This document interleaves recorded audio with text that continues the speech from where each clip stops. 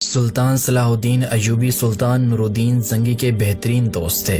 بہت کم لوگ یہ جانتے ہیں کہ سلطان صلاح الدین ایوبی نسلاً کرد تھے۔ آپ ہی وہ عظیم شخصیت ہیں کہ جنہوں نے 90 سال کے طویل عرصے کے بعد بیت المقدس کو صلیبیوں سے آزاد کروایا تھا۔ سلطان صلاح الدین ایوبی نے مصر میں موجود فاطمی خلافت کا خاتمہ کیا تھا۔ سلطان ایوبی 1138 عیسوی میں عراق کے شہر تکریت میں پیدا ہوئے تھے۔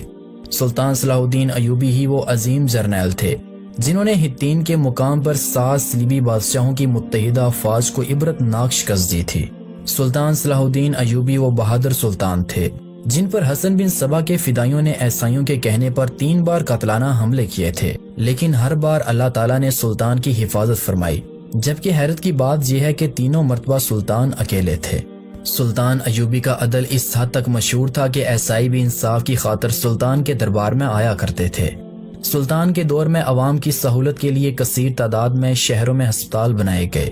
سلطان کے دور میں مصر امیر ترین شہروں میں شامل ہوتا تھا۔ کیا آپ جانتے ہیں کہ سلطان ایوبی کو اپنے محسن اور ہر دل عزیز شخصیت سلطان نور الدین زنگی کے بیٹے کے خلاف تلوار اٹھانا پڑی؟ کیونکہ سلطان نور الدین زنگی کا بیٹا الصالح صلیبیوں کے کہنے پر سلطان ایوبی کے خلاف ہو گیا تھا۔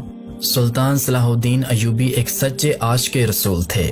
1186 عیسوی میں جب عیسائیوں کے ایک ایسے ہی حملے میں کہ جس میں رینالڈ نے یہ جسارت کی کہ اس نے بہت سے عیسائی امراء کے ساتھ مدینہ منورہ پر حملہ کرنے کی غرض سے حجاز مقدس کا رخ کیا، سلطان صلاح الدین ایوبی نے ان سرگرمیوں کی روک تھام کے لیے اقدامات کیے اور فوراً رینالڈ کا تعاقب کرتے ہوئے اسے ہتین میں جا لیا، اور یوں 1187 عیسوی میں ہتین کے مقام پر تاریخ کی خوفناک ترین جنگ کا آغاز ہوا۔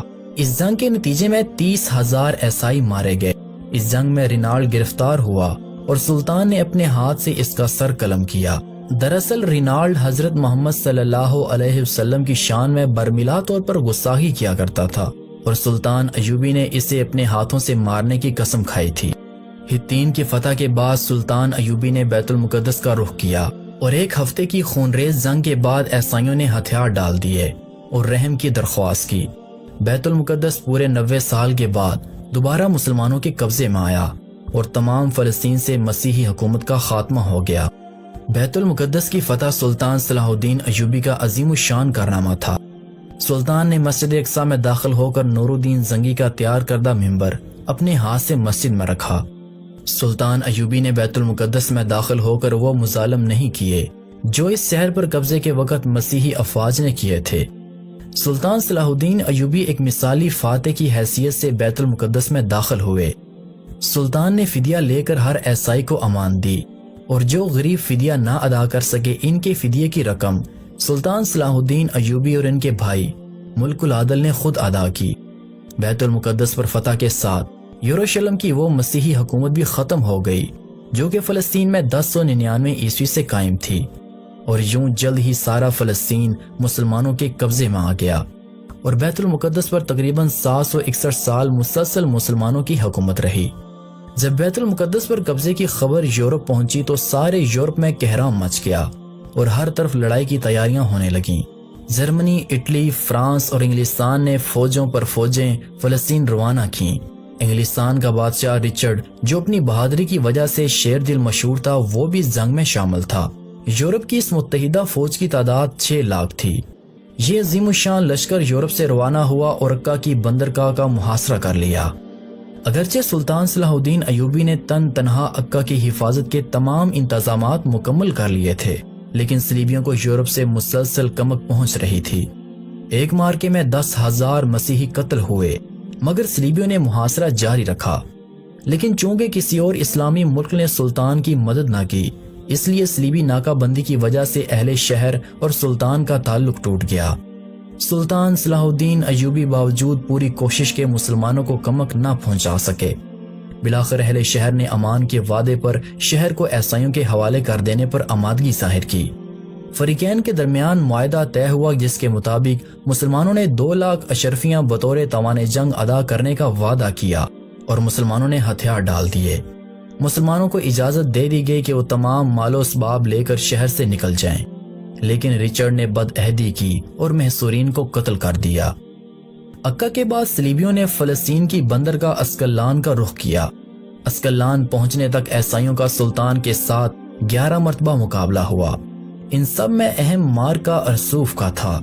سلطان نے جواں مردی اور بہادری کی درخشندہ مثالیں پیش کیں، لیکن چونکہ کسی بھی مسلمان حکومت بالخصوص خلیفہ بغداد کی طرف سے کوئی مدد نہ پہنچی، لہٰذا سلطان کو پسپائی اختیار کرنی پڑی۔ واپسی پر سلطان نے اسکلان کا شہر خود ہی تباہ و برباد کر دیا، اور جب صلیبی وہاں پہنچے تو انہیں اینٹوں کے ڈھیر کے سوا کچھ حاصل نہ ہوا۔ اس دوران سلطان ایوبی نے بیت المقدس کی حفاظت کی تیاریاں مکمل کیں، کیونکہ اب عیسائیوں کا نشانہ بیت المقدس تھا۔ سلطان نے اپنی مختصر سی فوج کے ساتھ اس قدر عظیم الشان لشکر کا بڑی جرت اور حوصلے سے مقابلہ کیا۔ جب فتح کی کوئی امید باقی نہ رہی تو صلیبیوں نے صلح کی درخواست کی۔ فریقین میں معاہدہ ہوا، جس کی روح سے تیسری صلیبی جنگ کا خاتمہ ہو گیا۔ اس صلیبی جنگ میں سوائے عکا کے شہر کے مسیحیوں کو کچھ حاصل نہ ہوا اور وہ ناکام واپس لوٹ گئے۔ رچرڈ شیر دل سلطان کی فیاضی اور بہادری سے بے حد متاثر ہوا۔ سلطان صلاح الدین ایوبی بڑے بہادر اور فیاض تھے۔ لڑائی میں سلطان نے عیسائیوں کے ساتھ اتنا اچھا سلوک کیا کہ مسیحی آج بھی سلطان کو عزت کی نگاہ سے دیکھتے ہیں۔ سلطان کو جہاد کا اتنا شوق تھا کہ ایک مرتبہ سلطان کے نچلے دھڑ میں پھوڑے نکل آئے، جس کی وجہ سے وہ بیٹھ کر کھانا نہیں کھا سکتے تھے۔ لیکن اس حالت میں بھی سلطان کے جہاد کی سرگرمیوں میں کوئی فرق نہ آیا۔ صبح سے ظہر تک اور عصر سے مغرب تک سلطان برابر گھوڑے کی پیٹھ پر بیٹھے رہتے اور جنگوں میں حصہ لیتے رہتے۔ سلطان کو خود تعجب ہوتا تھا اور کہا کرتے تھے کہ جب تک گھوڑے کی پیٹھ پر رہتا ہوں تو ساری تکلیف جاتی رہتی ہے، اور اس سے اترنے پر پھر سے تکلیف شروع ہو جاتی ہے۔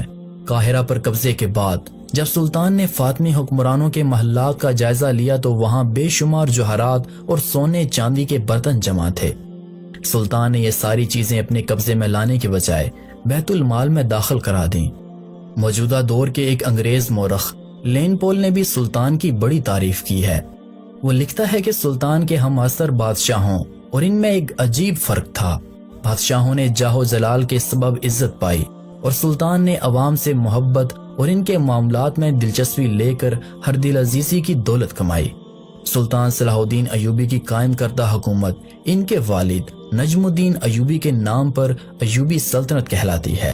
سلطان صلاح الدین ایوبی کے قریبی دوست اور اس وقت کے مورخ قاضی بہاؤالدین زکریا شداد لکھتے ہیں کہ سلطان ایوبی کی صرف 2 خواہشیں تھیں، ایک یہ کہ فلسطین کو صلیبیوں سے پاک کریں، اور سلطان کی یہ خواہش پوری ہوئی۔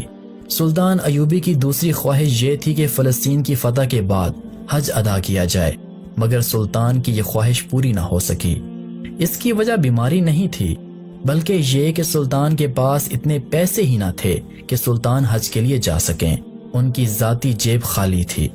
مصر، شام اور فلسطین کا عظیم سلطان، جس کے قدموں میں سلطنت کے خزانے تھے، اور وہ اتنے غریب تھے کہ حج کو نہ جا سکے۔